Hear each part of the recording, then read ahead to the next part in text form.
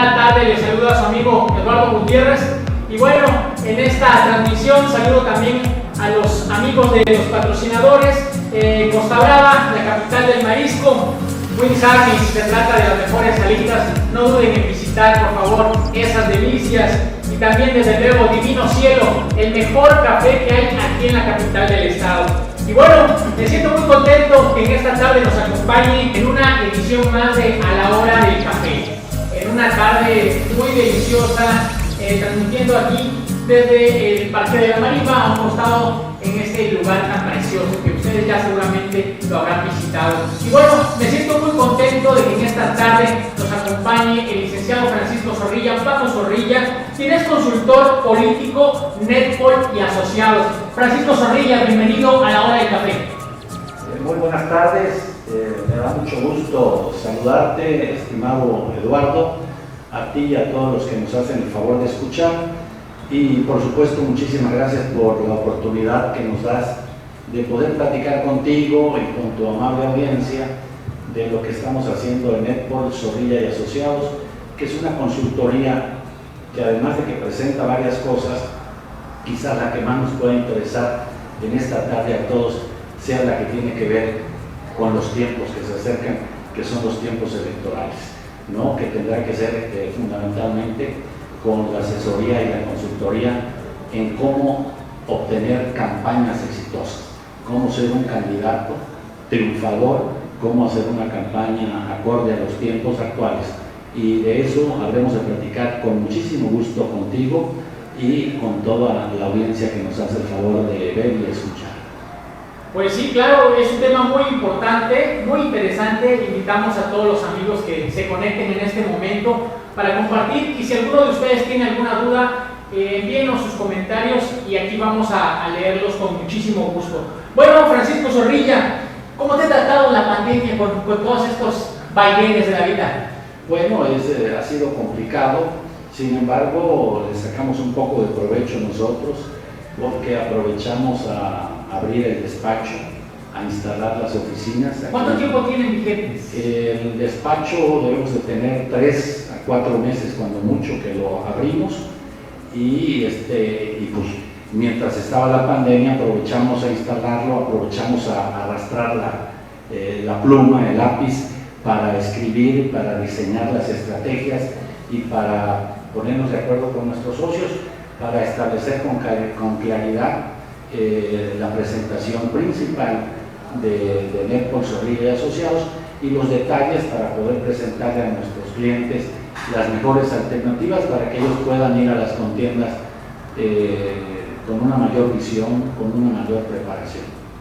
Sin duda alguna, el tema de la pandemia ha golpeado en diversos temas, y pues el tema de lo político no es la excepción. Y hoy vamos a vivir pues una renovación total, en el sentido de pues reinventarse, ¿no? Con esta cuestión. Así es, así es. Ya lo veníamos percibiendo, y desde hace un buen rato, en lo personal nos ha gustado mucho las plataformas digitales, las redes sociales, el internet, y entonces pues ahora va a ser fundamental, Creo que aquellos que aspiren a una candidatura deberán de hacer mucho uso de las plataformas digitales, del internet, del Facebook, del WhatsApp, del Instagram, del Twitter, etcétera, etcétera. Quizá particularmente en nuestro estado, Eduardo, sea más el Facebook y el WhatsApp. Creo que es lo que más ven nuestros paisanos, lo que más practican. Entonces, seguramente esas grandes campañas donde multitudinarias, que además no servían, hay que decirlo, es decir, esos grandes mítines donde habían 5,000, 10,000, 20,000, 30,000, normalmente eran los mismos y acudían a la invitación de otros partidos políticos y de otros candidatos. Entonces ahora tengo entendido, seguramente el Instituto de Elecciones y Participación Ciudadana de Chiapas habrá de definir en su momento, dependiendo cómo vaya avanzando, cómo vayamos disminuyendo lo de la pandemia, pues habrá de ir definiendo hasta qué número de gentes se podrán reunir con un aspirante, con un candidato. Hasta donde yo tengo entendido por ahora, como está sucediendo en otros lados, no serán reuniones más allá de 50 personas.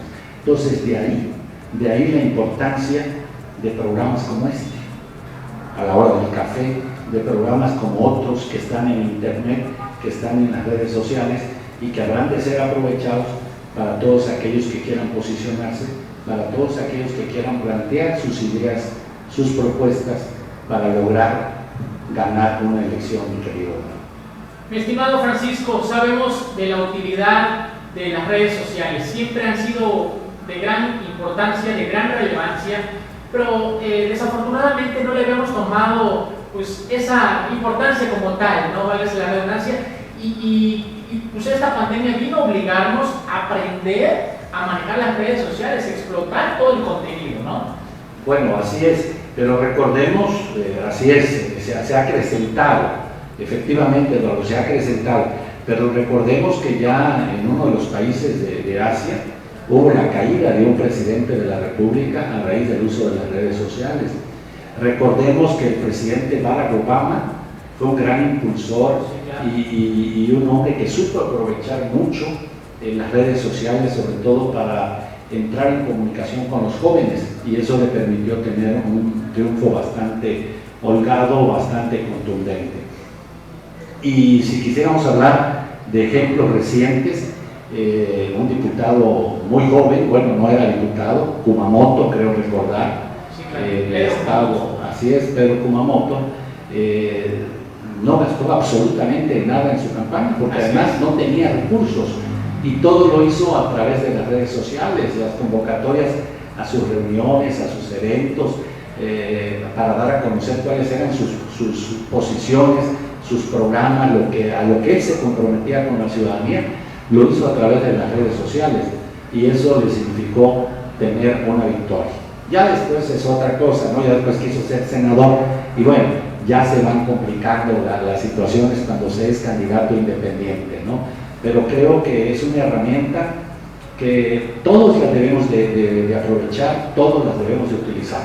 Es importante decirlo, no solo aquellos que aspiren a ser candidatos, los actuales gobernantes las deben de utilizar, porque todo lo que no aparece en los medios no existe. Yo he venido comentando y he venido diciendo que puede haber un buen presidente municipal, pero si no tiene un manejo adecuado de los medios, y cuando digo medios me refiero a todos, me refiero a la prensa escrita, me refiero a la radio, me refiero a la televisión, por supuesto, me refiero al Facebook, me refiero al WhatsApp, al Instagram, a todas las redes sociales, a todas las plataformas digitales que existan. Creo que eso, y ahora como tú bien lo dices, con la pandemia, pues va a ser mucho más usado. Será la manera más efectiva, más práctica y más económica para que los aspirantes puedan comunicar a los ciudadanos por qué desean, por qué aspiran a ser presidentes municipales, porque eso es muy importante. A ver, no hay que aspirar por el ánimo de llegar, no, hay que aspirar con el ánimo de tener la oportunidad de servir, de trascender, de dejar una huella, de hacerlo con honestidad, de hacerlo con capacidad y por supuesto de hacerlo cercano a la gente, ¿no? La gente muchas veces que cuando uno la recibe, a lo mejor no le resuelve uno el problema, hermano, pero con que solo los escuche uno, ya es ganancia. Y es lamentable ver cómo algunos, para hacer campaña, andan abrazando a todo el mundo y andan muy cariñosos, muy generosos, pero una vez que llegan a la presidencia municipal o a X cargo, hasta les molesta, hasta les irrita. Y esas son las cosas que debemos de evitar. A propósito de lo que estamos comentando, mi querido Francisco, el arte de la comunicación es el lenguaje de liderazgo, dice James Holmes.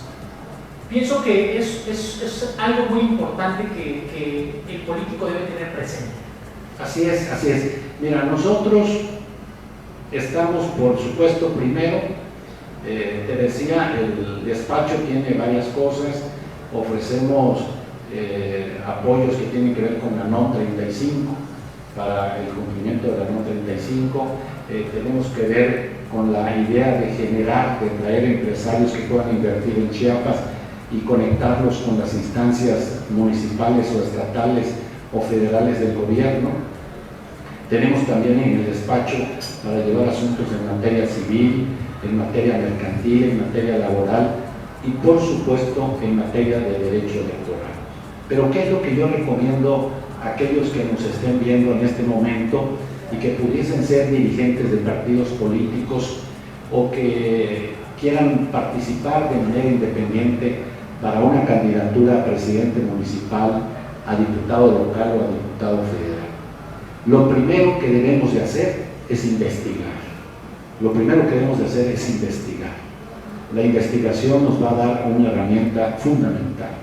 De ahí que recomiendo que se hagan encuestas, ¿verdad? Porque las encuestas muchos creen que nada más nos van a decir cuáles son las fortalezas de uno y cuáles son las debilidades, o cuáles son las fortalezas del adversario y cuáles son las debilidades. No, una encuesta seria, una encuesta profesional, como la que tenemos nosotros, con la que trabajamos, que es Focus, de Andrés Robles, que es una gente muy seria y muy preparado.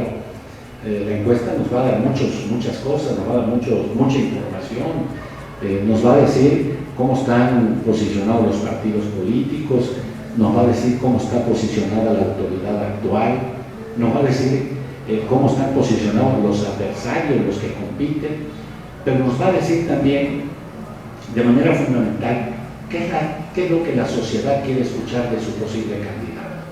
No, porque luego pensamos nosotros que el problema uno en X comunidad, en X municipio, es la seguridad, y a lo mejor a la ciudadanía de ahí lo que más le interesa es que se resuelva el problema del agua o el problema de las calles que no estén bien pavimentadas.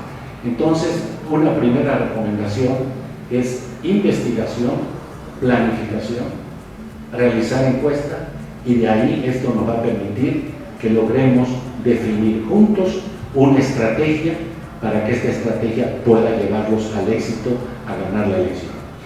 Mi querido Francisco, a propósito de lo que estás comentando acerca de las encuestas, por ahí decía un escritor que desde luego es muy válido el punto de vista, ¿no? Las encuestas son de quien las paga, ¿no? Hoy en día vemos muchas casas encuestadoras que pues cada día van perdiendo también menos credibilidad, ¿no?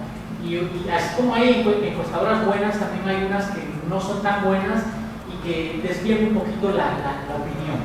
Así es, así es. Yo creo que las cosas están cambiando y están cambiando para bien, y deben cambiar para bien. Yo creo que todos debemos de aplaudir aquello que traiga cambios en el que vengan beneficios, como un tema que tiene que ver con la honestidad. La honestidad es fundamental. El trabajar con dedicación, con entrega. Efectivamente, en tiempos anteriores se hacían las encuestas y se hacían a modos, pero hay algunas encuestadoras que son serias, y hay encuestas que tú también las puedes pedir, aunque tú la pagues, tú la puedes pedir con objetividad. A ver, quiero una radiografía real de cómo estoy posicionado o cómo no lo estoy, y eso es lo que nosotros estamos recomendando. Es decir, nosotros no estamos haciendo, y no lo permitiríamos, hacer encuestas a modo, porque eso es engañar y engañarnos. Entonces, para mí sí es muy importante las encuestas. Creo que hay firmas muy reconocidas, muy de prestigio, y en el caso particular de Chiapas creo que Andrés Robles es una gente seria. No lo conozco como un hombre que se preste, y además pues a lo que a nosotros nos interesa realmente es tener candidatos ganadores. Pues prefiero que mi candidato sea media tabla, no sea de los primeros, pero saber cómo está posicionado para de ahí preparar la estrategia que lo logre posicionar. Es muy importante tener el pulso, ¿no? la radiografía de cada lugar donde se pretende pues, librar una batalla política, una batalla electoral. Hace un momento comentábamos fuera del aire que de zona a zona, de distrito a distrito, la forma de hacer política cambia. Así es, así es. Sí, fíjate primero, bueno, de las recomendaciones y ahorita vamos al conocimiento del terreno. La otra cosa que recomendamos es el candidato. Normalmente los que mandan, los que tienen el poder, luego nos entercamos y queremos de poner de candidato a alguien que no le gusta el contacto con los ciudadanos, a alguien que casi lo estamos obligando a que vaya de candidato. Entonces ahí hay un problema. Entonces hay que procurar decidirse por candidaturas que sean deseadas por la persona y por supuesto que tengan la opinión favorable de la mayoría. Creo que eso ayuda mucho y hace que los costos sean menos. De ahí que nosotros invitamos a los partidos políticos a que se decidan por candidaturas que el pueblo los quiera, que el pueblo los vea bien, que tengan prestigio, para que eso agota, disminuye todos los recursos, se gasta menos, además de que hay que ajustarse, por supuesto, a los gastos que establecen los organismos electorales. Entonces, hay que crear imágenes, hay que crear candidaturas, hay que crear la imagen del propio candidato y hay que tener gente que conozca el terreno, como tú bien lo dices. Si no podemos hacer una campaña con las mismas características como la que se hace en Estados Unidos, quererla hacer en Chiapas. No le podemos dar el mismo trato que se da en una campaña con los de Sonora o de Querétaro o los de Coahuila que acaban de pasar la elección con nuestros hermanos indígenas de Ocosingo o de Oxuca o los de Tuxtla. Entonces, para cada lugar hay que tener una estrategia muy específica. Para eso el equipo del candidato, el coordinador general de campaña y su equipo más cercano deben conocer de manera perfecta el terreno donde se va a dar la batalla. El terreno donde se va a hacer la batalla hay que conocer. Hay que conocer cuántas mujeres hay, qué porcentaje de votos se espera, si son millennials, si son mayores de edad, si son los que van a votar por primera vez, que se les denomina generación X, si son empleados, si son amas de casa, si son profesionistas. ¿Para qué? Para que de ahí pues, se decida cuál será el mensaje que el posible candidato deberá de dar a los ciudadanos a los que pretende convencer y persuadir para que vayan y voten por ellos. Existen muchos políticos, hablando sobre el mismo tema, existen muchos políticos, existen muchos mandatarios, pero son pocos los líderes que logran conectar con las masas. Y esto va ligado a lo que estabas comentando hace un momento, ¿no? Tener una preparación adecuada y poder hacer el clic con la ciudadanía. Sí, yo creo, Eduardo, que necesitamos diferenciar muy bien. De repente nombran presidente de X partido político en un municipio a fulanito de tal y dicen, es el líder. No, es el presidente y hay que ver cómo llegó a esa presidencia, si hubo una consulta, si fue una votación directa, si fue una votación abierta. Hay una gran diferencia entre ser presidente de un partido político a ser líder. Y eso está muy confundido. Muy confundido. Un líder es Mahatma Gandhi, ¿no? Líderes son personajes que han pasado por muchas cosas y que sacrifican incluso su propia libertad para que sus ideales se puedan posicionar en un estado, en un país, etcétera, etcétera. Entonces, yo creo que hay que actuar en ese aspecto con mucha humildad. Que por cierto, esa es otra cosa que la gente rechaza ya mucho, la soberbia y la prepotencia. Luego queremos postular candidatos que los conocemos y los vemos y actúan con soberbia, actúan con prepotencia y no es así. Hoy debe de quedar claro que son los ciudadanos los que hacen el favor de votarnos. Son los ciudadanos que hacen el favor de votarnos.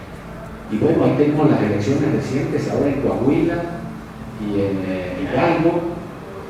Tampoco hay que confiarse. A ver, ya hoy el presidente de la República no va a ir en las boletas electorales. Recordemos cuando Fox también arrastró a muchos y llegaron a ser diputados, mucha gente que no se lo esperaba. Y ahora, así sucedió en la campaña de nuestro presidente de la República, de Manuel López Obrador, que arrastró a muchos y que han llegado. Qué bueno que han llegado nuevas caras, qué bueno que han llegado nuevos rostros. Por supuesto que yo estoy de acuerdo. Siempre hay que darle la oportunidad a las nuevas generaciones, pero también hay que darle la oportunidad a la experiencia. Esto debe de ser equilibrado, debe de estar la participación igualitaria de la mujer, que además son mayoría en la votación, por mucho, un porcentaje importante, y además se inscriben más en el padrón y salen a votar. Entonces creo que debe de haber equilibrio.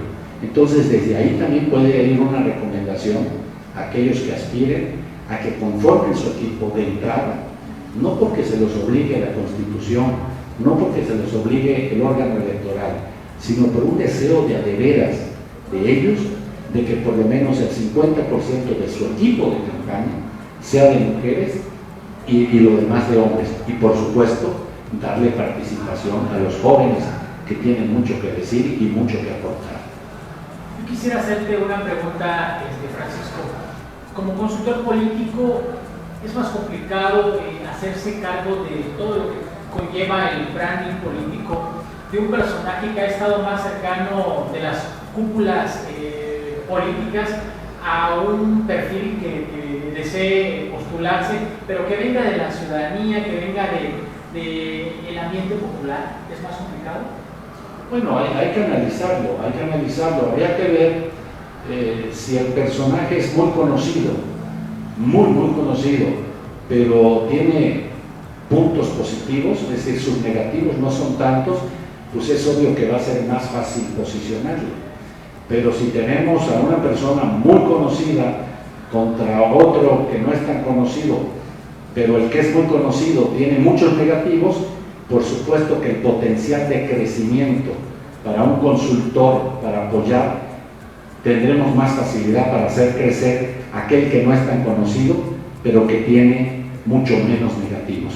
A ese lo podemos ir viendo que lo conozca la gente y lo podemos hacer que llegue y llegue muy lejos.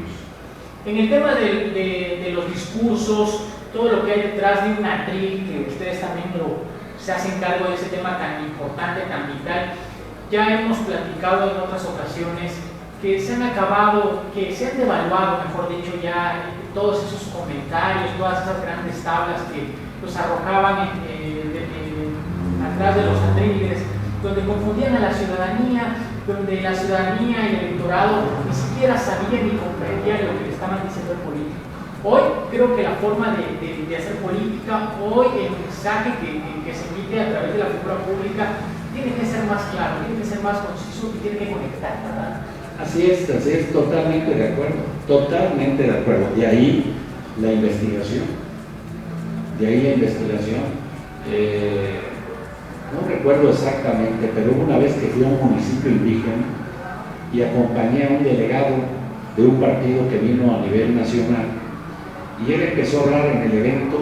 Habían 200 hombres, hermanos indígenas, no recuerdo el municipio exactamente, y empezó a hablar de que era importante de la participación de la mujer, y la mujer debe participar, y de repente se quedó solito hablando. Y se quedó solito hablando porque se le fue saliendo la gente. ¿Por qué? Porque lamentablemente ahí los usos y costumbres hacen que la mujer no participe, cosa que no debiera de ser. Pero bueno, tampoco podemos dejar de reconocer los usos y costumbres y las tradiciones en nuestros pueblos con nuestros hermanos indígenas. Entonces, el discurso debe de ser analizado, tiene que ser analizado, y para eso también es que hay que hacer estudio, hay que hacer investigación. Y hay que hacer un lenguaje, hay que usar un lenguaje llano, un lenguaje sencillo. De ahí el éxito de la campaña de Andrés Manuel López Obrador, ¿no? ¿Por qué le llega a la gente? Porque dice frijol con gorgojo. Sí, claro. Entonces, A la gente hay que hablarle en su lenguaje, hay que hablarles de acuerdo a la circunstancia, de acuerdo al auditorio. Lo que no se vale y está comprobado que es un error garrafal en una campaña es mentir. Si a un contendiente el adversario le descubre o la ciudadanía le descubre que está mintiendo, es casi seguro que ese pierda la elección. Eso sucedió hace muchos años con un candidato a gobernador del Estado de México. Él no asistió a una conferencia que se había comprometido con universitarios de una universidad privada en México y les argumentó que había sido citado a Los Pinos.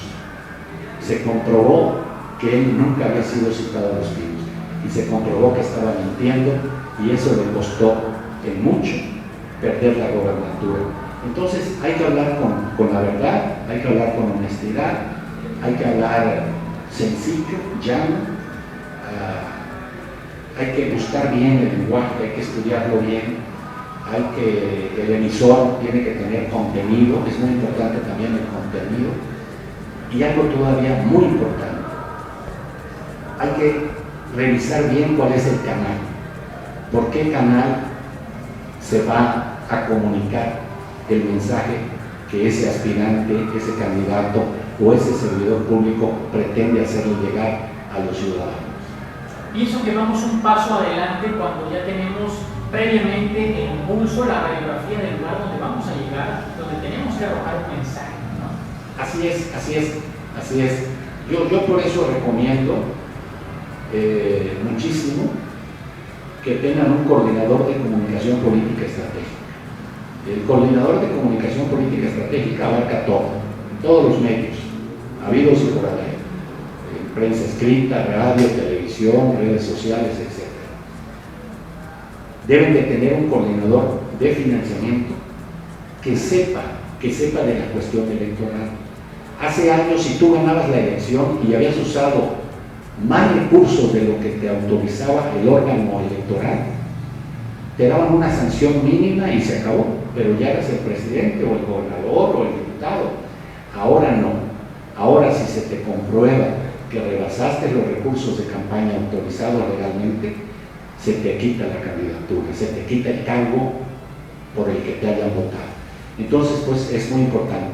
De ahí que el equipo tenga que tener un extraordinario equipo en materia electoral.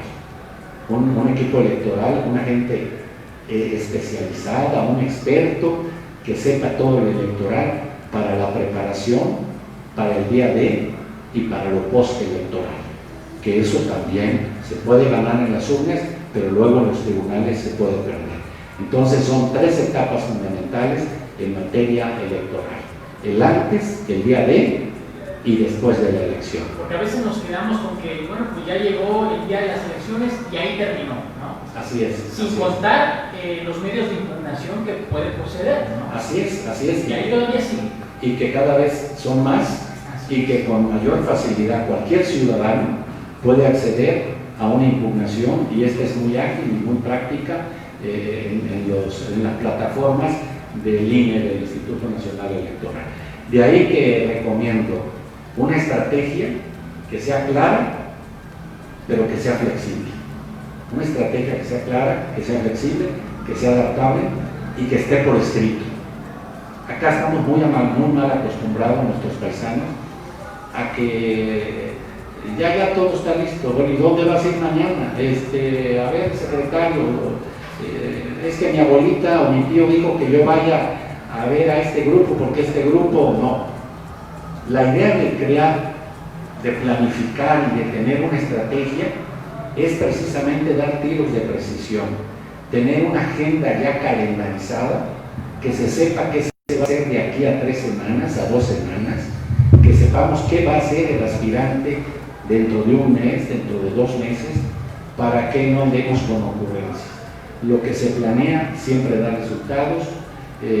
Por supuesto que será una estrategia flexible, es decir, si subimos un video y este video no nos está funcionando, bueno, pues hay que bajarlo. El video no se está funcionando, hay que mantenerlo en el aire. pero es que dijimos esto y esto no llegó, bueno, eso ya no lo volvemos a comentar y vamos viendo qué. Entonces, en resumidas cuentas, la estrategia es un plan general que integra todos los elementos y los va a proyectar para lograr el éxito electoral. De ahí que es fundamental que exista la estrategia y que ésta esté por escrito. Robusteciendo el tema de la estrategia, mi querido Francisco, pienso que más allá del tema electoral, también es importante tener una estrategia para escatimar recursos, sobre todo en estos tiempos donde ya viene el tema del recorte presupuestal a los partidos, ¿no? Así es. Bueno, la primera recomendación que yo les doy a todos los que nos estuviesen haciendo el favor de escuchar, y sobre todo a los dirigentes de los partidos políticos, tienen los dirigentes de los partidos políticos y los propios candidatos que tener un contador público que sepa de finanzas electorales, que conozca muy bien, primero, cuánto es lo que tiene autorizado para las precampañas y cuánto es lo que tiene autorizado para las campañas, y no excederse, porque si se exceden, cualquier persona los puede impugnar, y aunque la mayoría de la gente haya votado por ellos, esa votación puede ser anulada. Entonces es fundamental, y por supuesto, si se acercan con nosotros, les habremos de decir ya en corto cuáles son las estrategias para gastar menos, para que los gastos sean dirigidos y sean precisamente con tiros de precisión. De ahí que yo he recomendado en todas las oportunidades que he tenido recientemente de platicar con diversos medios que nos han dado la oportunidad, como la que tú hoy nos das aquí a la hora del café, de que los partidos políticos postulen a los candidatos que les salgan menos caros, que les cuesten menos. ¿Y cuáles son esos? Pues los que quiere la gente, los que están mejores posicionados en las encuestas. ¿Hay que invertirle más a los que definitivamente traen ese problema de aceptación? Hay que invertirles lo que la ley dice. Hay que invertirles lo que la ley dice a los que traen las posibilidades reales. Ahora, es importante definir.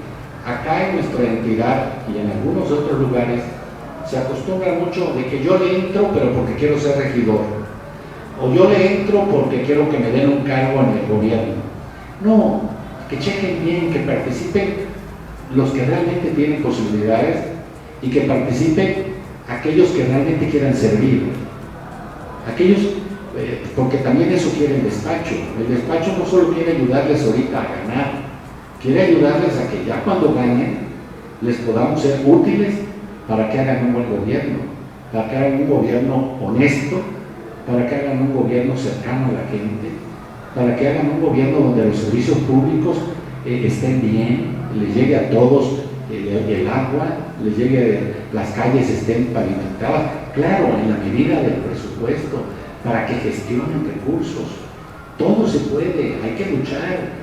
Hay a veces problemas serios, muy grandes, pero si uno logra convocar a la sociedad, si uno hace que la sociedad participe, los que mandan más arriba, y cuando ven que hay participación del municipio y de la sociedad, un gobernador le entra y un presidente de la República le entra.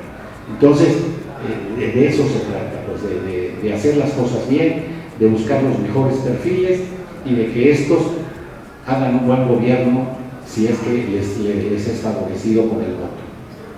Mi querido Francisco, como chiapaneco 100% y conocedor, has tenido la oportunidad de ocupar diversos espacios públicos en toda tu trayectoria.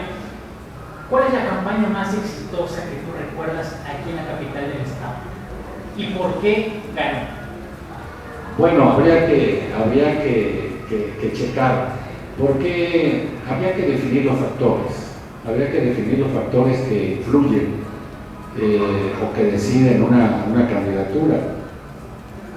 Las candidaturas, si muchos piensan que se gana el día de las elecciones, puede que estemos equivocados.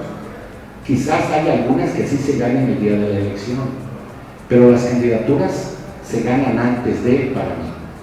Las candidaturas se van construyendo, los triunfos se van construyendo, y se van construyendo desde antes.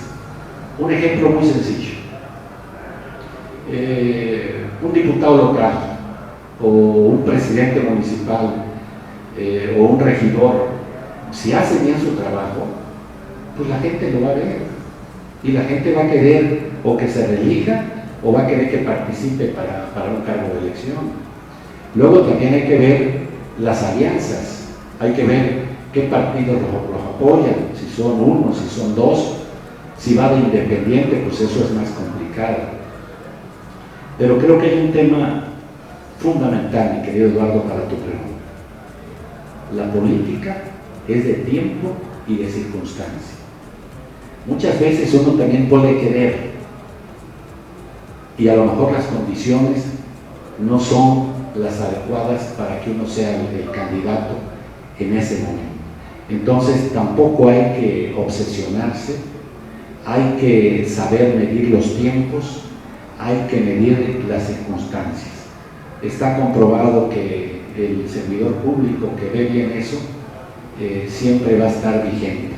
Enrique Olivares Santana, que fue gobernador de Aguascalientes, de los pocos que ha sido líderes de las dos cámaras, de la Cámara de Diputados Federal y del Senado de la República, y fue secretario de Gobernación, decía que en política, cuando tienes el poder, hay que sumar. Cuando no tienes el poder, hay que sumarse. Y cuando no puedes sumarte, cuando no puedes sumar, ni no puedes sumarte, hay que sumirse. Entonces eso habla de prudencia política. Por eso la política, repito, es de tiempos y de circunstancias. Muchas veces no es necesariamente cuando uno quiere, sino cuando son las situaciones de coyuntura que suceden y dan. Así existen hoy, así hay hoy muchísimos diputados federales que en su vida a lo mejor se imaginaron que iban a llegar y los arrastró la dinámica de Andrés Manuel, de AMLO, y hoy son diputados federales y muchos están haciendo un buen papel.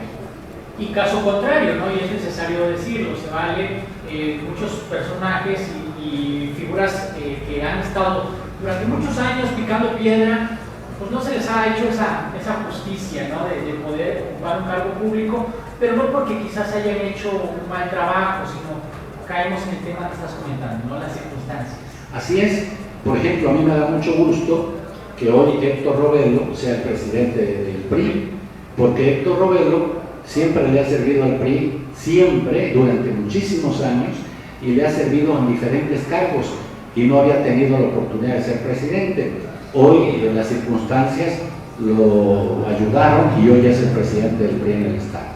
Entonces sí, es fundamental el tiempo y las circunstancias. Claro, a ver, difícilmente le van a ir a tocar la puerta a uno para que sea candidato. Esto sería como en el fútbol, salvo que uno juegue como Maradona o como Messi o como Cristiano Ronaldo, pues sí van y te invitan y te dicen, oiga, yo quiero que juegue en mi equipo. Pero no es así. Hay que crear las condiciones también. Hay que hacer un buen funcionario donde uno esté para que de ahí te catapulte hacia otro. De eso yo estoy convencido. Cuando uno es buen servidor público, una cosa te lleva a la otra. En este ir y venir de la política, te ha tocado ver de todo. ¿Y cuáles son los errores más comunes que puede llegar a ser un candidato? Bueno, hay candidaturas en otros países que se han perdido por un detalle muy sencillo. En la presentación de nuestro despacho aspiramos con todos los que trabajamos a cometer el menos número de errores. De hecho, aspiramos a que sea 0 errores, porque al no haber errores hay cosas positivas y lo positivo te lleva a tener resultados exitosos. Hubo un candidato, no sé si en El Salvador o no recuerdo dónde, se le acercó a alguien, alguna señora, y le quiso dar, no sé si un arreglo, una flor, un detalle, y él lo despreció y hasta le dio un manotazo y no se dio cuenta que lo habían grabado. Ya ves que hoy te graban con celular todo, y lo grabaron, y bueno, eso lo subieron a las redes sociales y le significó una caída de más de 10 puntos que al final de cuentas terminó en una derrota. Otra que yo recuerdo, tuve el honor de participar en la campaña de Ivonne Ortega en Yucatán, donde en ese entonces gobernaba el PAN, y no había hecho tan mal gobierno el que salía. Pero el candidato que había postulado el PAN, Ivonne, era un poco llenita, y entonces este candidato se refirió a ella como gorda en una entrevista que le hicieron, y fue muy despectivo, y obviamente pues todas las mujeres en Yucatán lo tomaron como una ofensa para ellas, y esto también le revitó que cayera mucho en las encuestas, en sus preferencias, y fue de las cosas fundamentales que hicieron que Ivonne Ortega ganara. O sea, hay que hacer a un lado los errores e incrementar los aciertos. Estoy convencido que hoy quien menos errores comete es el que gana una elección. O sea, a más aciertos, mayor seguridad de triunfo. El candidato, siempre lo he dicho, o el que se quiera postular para candidato, tiene que ser como un paciente que va al doctor. Tiene que decir cuál es la pierna que le cojea también, y tiene que decir también cuáles son sus virtudes, ¿verdad? Así es. Bueno, nosotros hacemos un estudio que es lo que se le llama FODA, que tiene que ver con las fortalezas, que es igual a oportunidades, ¿no? Las fortalezas de un candidato, y que son oportunidades, y las debilidades que son amenazas. Yo no quisiera tener, por supuesto, en el despacho, no lo aceptaríamos, a un aspirante que fuera violento con las mujeres, o que violentara los derechos de las mujeres. No nos atreveríamos siquiera a aceptarlo como aspirante. Entonces, eso pues es muy importante, como tú bien lo afirmas, ¿no? Creo que es un tema difícil, pero hay que tratarlo. De ahí la creación de la imagen. Hay que crear una imagen con prestigio, pero esta imagen debe ser creada a partir de la verdad, a partir de los hechos. ¿Qué es lo que han venido haciendo en su vida? Porque la gente te conoce, la gente te identifica, y a una persona prepotente no la vas a cambiar de la noche a la mañana y la vas a presentar como una mujer o como un hombre sencillito, ¿no? El que es prepotente lo va a hacer, y lo va a hacer toda la vida.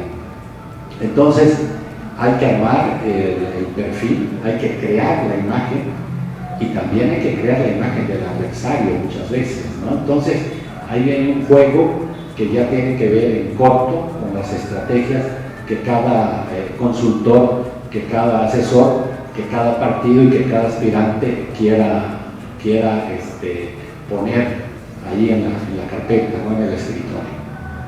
Y pues bueno, amigos, el tiempo se nos está terminando. Mi querido Francisco, ¿dónde pueden encontrar ubicadas las oficinas? Estamos aquí cerquita en Plaza San Luis, arriba de una institución bancaria. Ahí estamos a la orden, aquí en el Boulevard Belisario Domínguez, 3134. Ahí estamos a las órdenes, con muchísimo gusto para todos aquellos que tengan aspiraciones de una candidatura, pero sobre todo que tengan aspiraciones de servir. Estamos a las órdenes. Mira Eduardo, miren amigos, somos una empresa local, hay que consumir lo local. Nosotros estamos generando empleo para chiapanecos y somos chiapanecos. Entonces estamos hablando que en los tiempos de la pandemia hay que consumir lo local. Bueno, nosotros somos una empresa local. Luego viene gente de fuera, nos quiere vender espejitos y nos cobra además cantidades estratosféricas. En el caso de nosotros no, nosotros nos adecuamos, y además sobre todo respetamos mucho lo que dicen los organismos electorales. Eso es importante, mi querido Francisco, que la ciudadanía conozca esta consultoría que es 100% chiapaneca, y que como tal los chiapanecos debemos apoyar lo hecho aquí en nuestro estado. Mi querido Francisco, muchas gracias por haber venido. Gracias a ti, muchas gracias por la oportunidad que nos das. ¿Algún mensaje? Estamos, nomás para ponernos a las órdenes, estamos en Facebook, Francisco Javier Zorrilla Ravelo, Estamos en la fanpage @Francisco Zorrilla Ravelo, Netpol y asociados en la fanpage Netpol Zorrilla, en Twitter @Francisco Zorrilla, @Netpol Zorrilla, en Instagram Francisco Zorrilla Ravelo, y el teléfono de la oficina es el 961-207-0622. Ahí estamos con muchísimo gusto para atenderles. Eduardo, muchísimas gracias por esta oportunidad y gracias a todos los que nos dieron la oportunidad de escuchar. A ver, me hacen... Saludos, nada más. Mandan ahí saludos. Berenice González Pozo y Mauricio Morales Valdés le mandan saludos. Muchas gracias, Berenice, y a Mauricio, presidente del PPC, que están ahí haciendo un buen trabajo con un nuevo partido político. Muchísimas gracias, un saludo y un abrazo. Y desde luego a ustedes, mi querido Francisco, nos vamos, nos vemos hasta el siguiente café.